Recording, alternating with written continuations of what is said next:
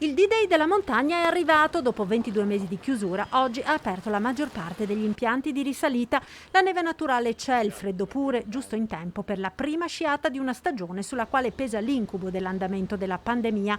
Nel comprensorio Dolomiti Superski 300 impianti aperti su 450. Primo test di verifica delle nuove regole e dei nuovi sistemi di controllo.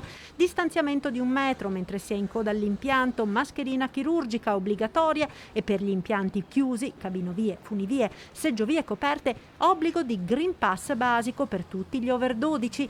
La verifica verrà effettuata con una nuova app. Un'applicazione che permette di matchare il Green Pass allo Ski Pass con una novità. Lo Ski Pass è diventato nominativo, quindi funge da carta d'identità e attraverso l'abilitazione giornaliera che noi richiederemo al cliente, noi verifichiamo non solo la validità del Green Pass, ma anche la corrispondenza di nome, cognome e data di nascita presenti sullo Ski Pass con quelli presenti sul Green Pass. Quindi è un vero e proprio controllo fisico, però tramutato in questo caso in fase digitale grazie a questo servizio. Queste le regole per i territori in zona bianca e gialla. Per le eventuali zone arancioni o rosse, il protocollo prevede che qualora venga concessa l'apertura degli impianti, verranno concordate delle misure restrittive attraverso un confronto con le regioni e le categorie.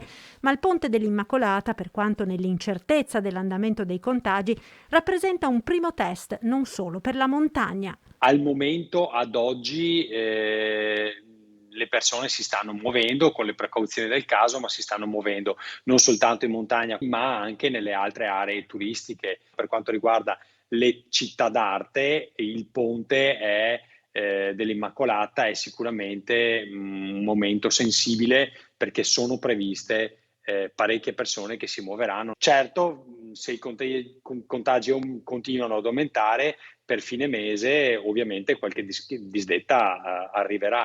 Per il momento però non è ancora così.